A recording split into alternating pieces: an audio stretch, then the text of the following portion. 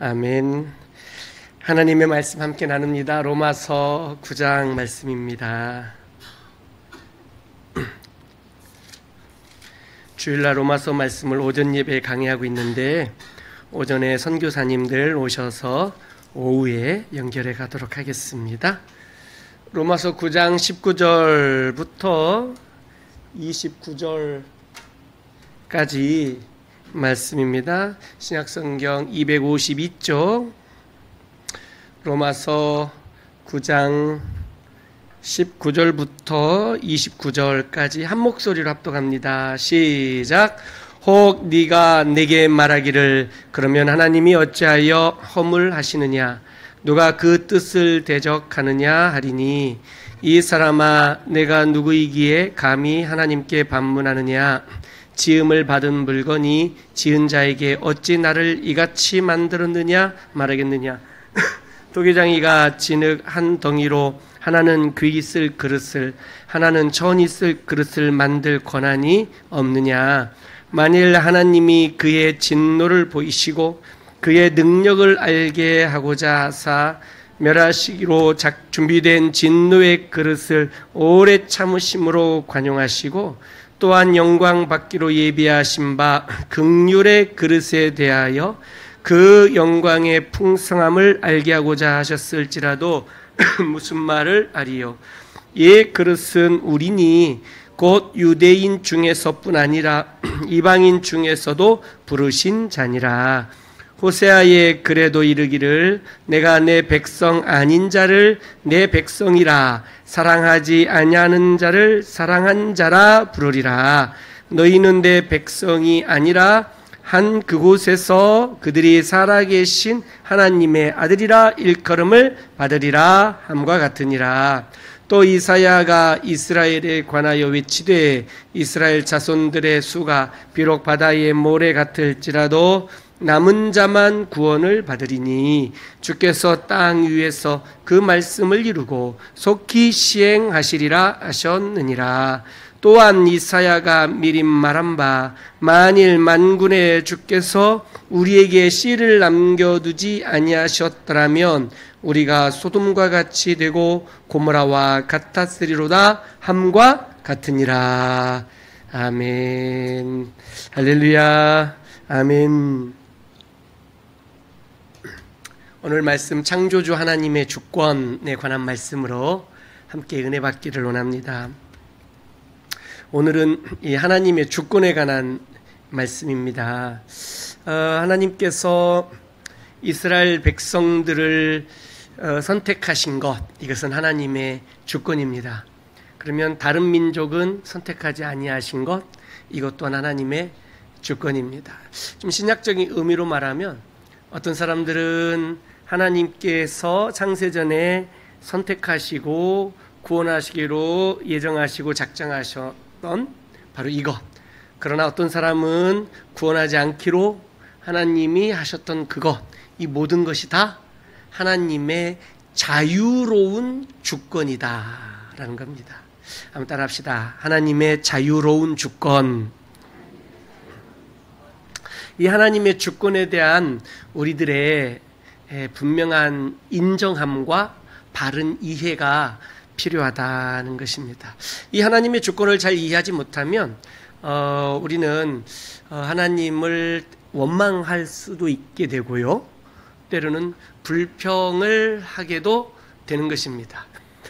누가 잘 될 때 원망하고 불평하겠습니까? 원망과 불평은 언제 되겠어요? 잘 안 될 때, 어렵고 힘들 때, 고난 중에 이럴 때 원망과 불평이 우리 가운데서 터져나올 수 있는데 특별히 오늘 말씀을 보게 되면 구원의 관계에 있어서도 하나님의 자유로운 하나님의 절대 주권이 사용되어진 것을 말씀하면서 토기장이와 그릇 이 비유를 가지고 설명하고 있는 것을 봅니다.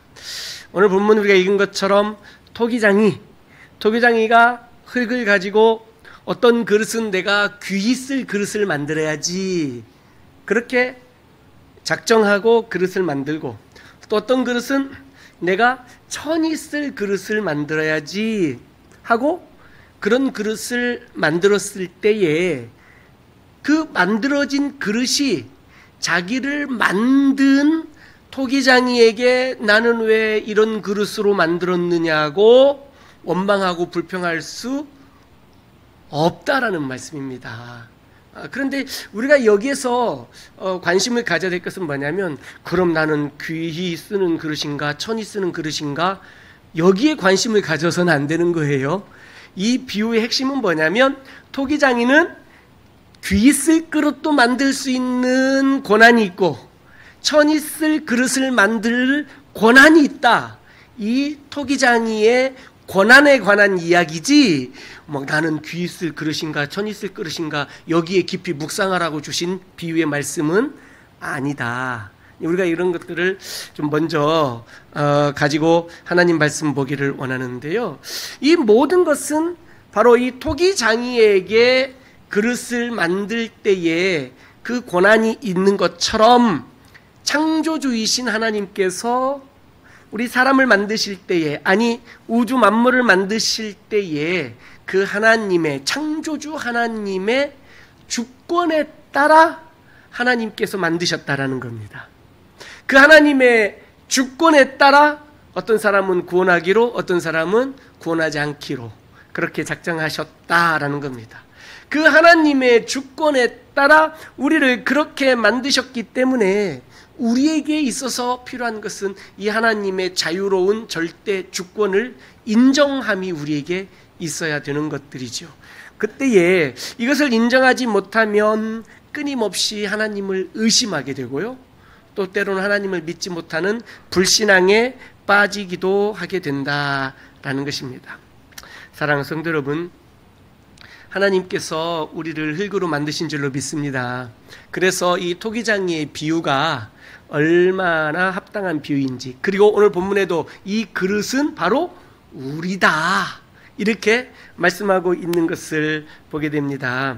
특별히 이 그릇도 어떤 그릇은 비유에서는 어떤 그릇은 귀히 쓸 그릇, 어떤 그릇은 천히 쓸 그릇, 이렇게 토기장이의 비유에서는 이렇게 말했지만 그 그릇이 우리다라고 하시면서 창조주 하나님이 우리를 만드셨다라고 할 때에 그러면 우리는 어떤 그릇으로 만드셨을까라는 거예요. 오늘 본문에 두 가지 그릇의 종류가 나옵니다. 첫째는 진노의 그릇이에요. 따라합시다. 진노의 그릇.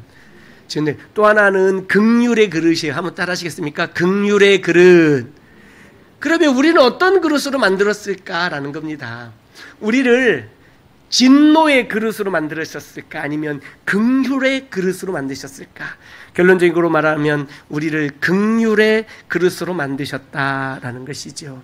얼마나 감사한 일입니까? 그 긍휼이라는 것은 불쌍히 여김을 받는다라는 뜻 아니겠습니까? 그렇죠? 자, 우리는 유대인도 아니에요. 혈통적으로 유대인이 아니에요. 이방인이에요. 그런데 오늘 본문 말씀에 있는 것처럼 하나님께서 선지자들에게 주신 말씀을 따라 이방인이었던 우리를 하나님의 사랑하는 자로 불러주셨고 하나님의 백성으로, 자녀로 우리를 불러주셨다라는 거예요. 놀라운 일이죠. 그렇죠? 오늘 우리 오전 예배의 말씀 속에서도 로마서 5장에 있는 말씀, 우리가 아직 죄인 되었을 때에, 연약할 때에, 그렇죠? 하나님께서 예수 그리스도를 통하여 우리를 불러주셨어요. 만약에 우리를 부르시지 않았다면 우리는 그 죄인의 상태로 영원한 형벌에 빠졌을 것입니다. 사망 가운데 있었을 것입니다. 우리는 새 생명 얻을 수 없었을 것입니다. 그렇죠? 그런데 그런 우리가 죄인 되었을 때에 하나님께서 우리를 불러주셨어요. 우리는 유대인도 아니고, 그렇죠? 하나님의 사랑을 받던 자들도 아니었고, 의인도 아니었고, 공로가 있는 자들도 아니었어요. 우리는 연약한 자들이었고, 우리는 죄인 되었던 자들이었어요. 그런데 그런 우리를, 연약했고 죄인 되었던 우리를 하나님께서 하나님의 긍휼하심으로, 하나님의 긍휼이 여기심으로 우리를 긍휼의 그릇으로 우리를 불러주셨다라는 겁니다. 할렐루야. 이게 우리가 하나님으로부터 받은 얼마나 크고 놀라운 하나님의 은혜요, 하나님의 사랑입니까? 여러분 믿으십니까? 그렇다면 우리에게 있어서는 나를 긍휼의 그릇으로, 즉 긍휼히 여김을 받고 하나님으로부터 불쌍히 여김을 받고, 그래서 우리를 긍휼의 그릇으로 우리를 빚으셔서 우리를 불러주시고, 하나님의 사랑하는 자로 우리를 세워주시고, 이런 것들을 우리가 보게 된다면, 그러면 나를 긍휼의 그릇으로 불러주셨으니 내가 전에는 진노의 그릇이었고, 전에는 죄인이었고, 전에는 온갖 저주와 형벌 가운데 빠질 자들이었으나 긍휼히 여기심으로 말미암아 그 하나님의 긍휼의 그릇으로 우리를 불러주셔서 하나님의 자녀가 되었으니, 그러면 우리에게는 뭐가 필요하냐라는 겁니다. 끊임없이 이 하나님의 은혜와 사랑을 찬송하며 살아가야 될 우리의 인생의 사명이 있는 줄로 믿습니다. 할렐루야. 그러니 나를 그렇게 긍휼의 그릇으로 부르신 하나님의 자유로운 절대 주권을 내가 감사하며 감격하며 찬송하며 그렇게 살 수 있기를 주의 이름으로 축복합니다. 우리 입술에서 떠나지 않는 원망과 불평들, 이런 것들이 우리를 긍휼의 그릇으로 부르심에 대하여 하나님을 깊이 인정해 주지 못함이 우리 안에 혹시 있을 수도 있을 것입니다. 내가 생각하는 축복, 내가 생각하는 성공들이 우리 안에 있어요. 그래서 내가 생각하는 대로 하나님이 나를 그렇게 복 주시지 않으면 나는 하나님의 축복을 받은 축복의 그릇이라는 생각을 못하는 거예요.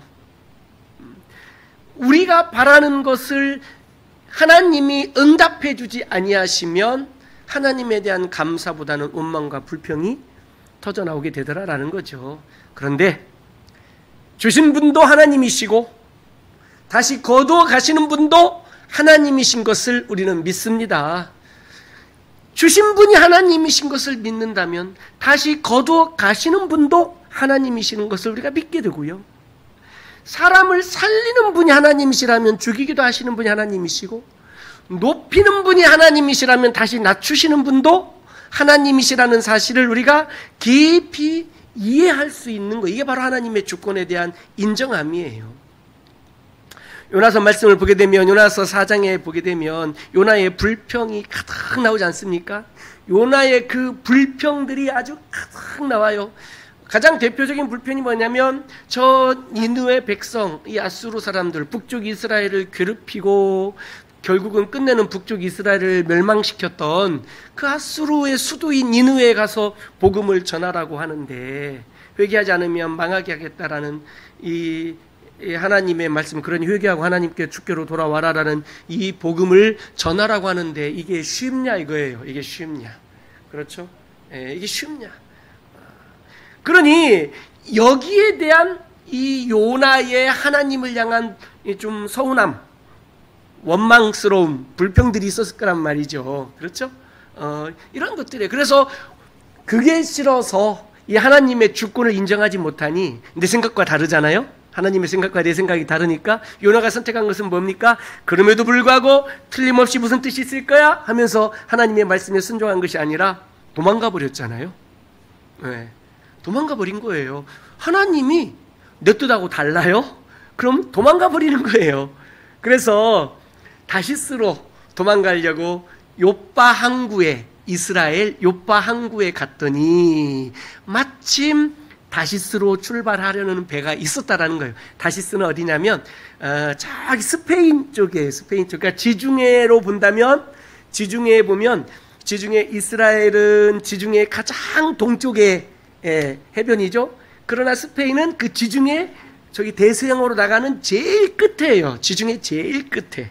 그러니까 이스라엘 사람들이 생각하는 땅끝 정도라고 생각하면 되는 거예요. 그러니까 가장 멀리 도망가는 거예요. 내가 생각한 가장 멀리. 그래서 하나님이 나를 찾지 못할 곳으로 내가 도망가야겠다. 이유가 뭡니까? 하나님하고 내 뜻하고 다르니까. 내가 하기 싫은 일을 하나님 시키니까, 내가 원하지 않는 것을 하나님이 나에게 말씀하시니까 내가 순종하지 않겠다는 거죠. 그리고 선택한 것은 도망가 버리는 거예요. 여러분은 도망가고 있습니까? 아니면 주께 가까이 탁, 그럼에도 불구하고 내가 하나님의 뜻에 순종하겠습니다라고 그렇게 고백하고 있습니까? 한번 보세요. 하나님이 나에게 말씀하시는 것들이 있을 거 아니에요. 그렇죠? 하나님이 여러분들에게, 자신에게, 가정에게 또 주시는 하나님의 말씀들이 있어요. 그 말씀을 내가 알고 있다면, 그 하나님이 내게 원하시는 주의 뜻을 알고 있다면, 내가 적극적으로 그래, 내가 원하지 않는 일이고, 내가 정말 하기 힘든 일이고, 내가 쉽게 받아들이기 어려운 일이라 할지라도 하나님께서 그분의 주권에 따라서 나에게 말씀하신다면 그 하나님의 주권에 내가 순종할 수 있는 이런 마음이 있어야 되는데, 왜 그게 잘 안 되냐면 내 생각하고 달라서 그래요. 내 감정과 내 마음하고 다르니까 그래요. 내 생각, 내 마음과 다르니까 자꾸 불순종하게 되는 거예요. 몰라서 불순종합니까?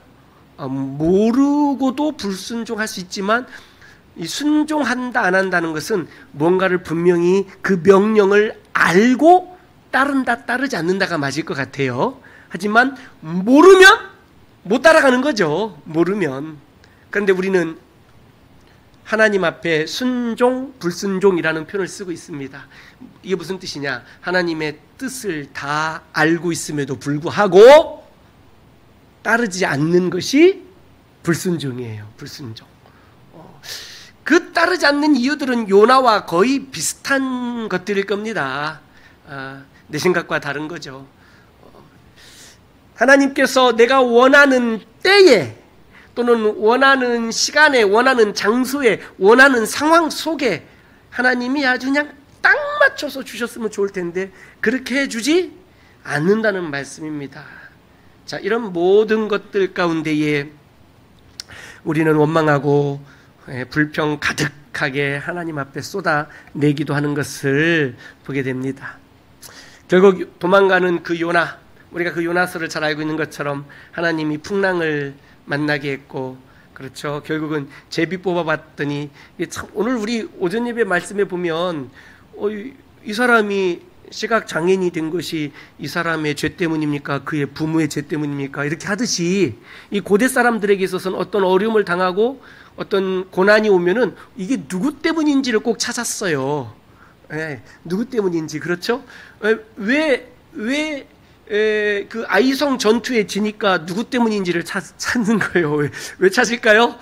결국 아간을 찾았습니다만, 배가 풍랑을 만나니까 이게 누구 때문에 풍랑을 만났는지 이 배 탄 사람 중에 찾는 거예요. 참, 이 사고가 참 재밌어요. 그래서 막 제비를 뽑는 거죠. 제비. 여러분, 제비를 뽑으면 여러분 잘 뽑히는 편입니까?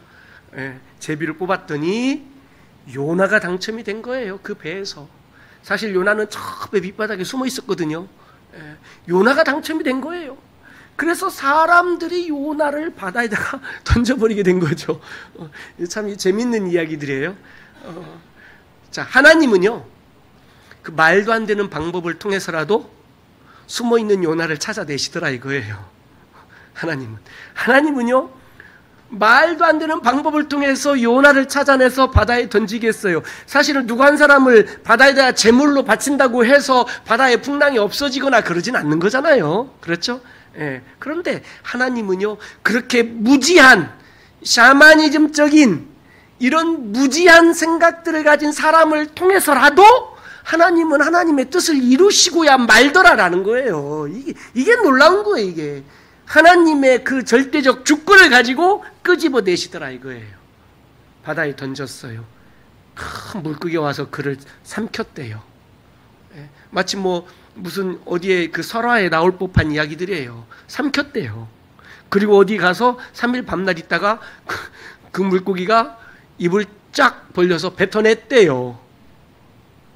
재밌죠? 뱉어냈대요. 다시 와보니 이스라엘인 거예요. 그래서 아이고 못 도망가겠구나. 그래서 어쩔 수 없이, 내가 원하지는 않지만, 내가 바라지는 않지만 어쩔 수 없이 그 아수르의 수도인 니느웨 성까지 가서 열심히도 아니고 어쩔 수 없이 하나님께로 돌아와라, 회개해라 라는 메시지를 그냥 슬금슬금 어쩔 수 없이 한 건데, 이 놀라운 사건은 이 어쩔 수 없이 성의 있게 하지도 않은 그 복음을 듣고 니느웨 사람들이 회개했다라는 사실들이에요. 자, 그럼 요나는 어떤 생각이 들까요? 와, 하나님의 역사 대단하시다, 이렇게 받아들였던가요? 아니면 그들이 그 니느웨 사람들의 회개하고 망하지 않게 됨을 불평했을까요? 성경에 보면 후자예요. 이들이 불평한 거죠. 이 요나가 불평한 거예요. 여기에 대해서 하나님께서 말씀하시기를, 박농쿨 하나를 만들어줬다가 시들게 했던 이 사건들을 통해서 깨닫게 하시는 것이 뭐냐면, 하나님의 이 주권, 토기장이가 어떤 그릇을, 귀하게 어떤 그릇을 천하게 쓸 것인지 토기장이의 마음대로 만드셨던 것처럼 하나님께서도 니느웨 백성을 내가 구원하든지 망하게 하든지 이것은 누구 뜻이라는 거예요? 하나님의 뜻이라는 거죠. 내 인생에 있어서도 이 놀라운 하나님의 주권이 그대로 적용되는 줄로 믿습니다. 내 마음속에, 내 삶 속에 많은 일들이 일어나요. 내 생각 속에 많은 생각들이 생겨나요.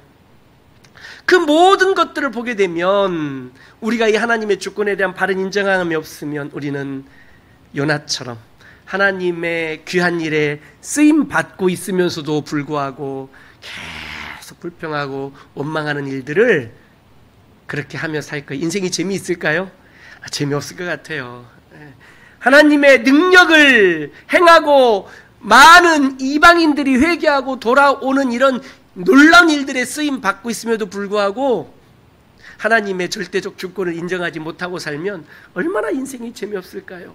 하나님께서 그러한 놀라운 하나님의 주권을 가지고 우리를 붙드시고 우리에게 늘 말씀하시고 우리의 삶을 인도해 주시는 줄로 믿습니다. 할렐루야. 그러니 내 마음에 있는 모든 의심들을 이제는 다 버려버리고 하나님의 말씀에 내가 온전히 순종하며 살겠노라는 이런 마음의 순종을 향한 결단들을 가질 수 있기를 주의 이름으로 축복합니다. 우리가 구원받은 구원 역시 하나님의 사랑과 우리를 향하신 하나님의 은혜가 없었다면, 우리를 긍휼히 여겨주시는 그 하나님의 은혜가 없었다면 우리는 영원한 형벌 가운데 빠져버리고 말았을 것입니다. 하나님이 우리를 긍휼의 그릇으로 부르시고 우리를 당신의 사랑하는 자녀로 불러주신 것도 하나님의 주권인 줄로 믿습니다. 할렐루야. 그렇다면 우리 안에 이런 마음이 있어야 돼요. 내가 긍휼의 그릇으로 부름받은 하나님의 자녀가 되었다면 내 주변에 있는 사람들, 가까운 성도들, 그리고 우리 가족들, 내가 전도해야 될 이웃들, 전도 대상자들, 이런 분들도 다 동일하신 하나님의 긍휼의 그릇으로 불러주심에 대한 감사하는 마음이 있기를 주의 이름으로 축복합니다. 이런 마음들이 우리 안에 있어야, 우리가 그 하나님의 긍휼하심을 입었다라는 마음이 있어야 우리가 늘 겸손하고 감사함으로 하나님의 나라를 확장해가고 하나님의 나라를 세워가게 될 줄로 믿습니다.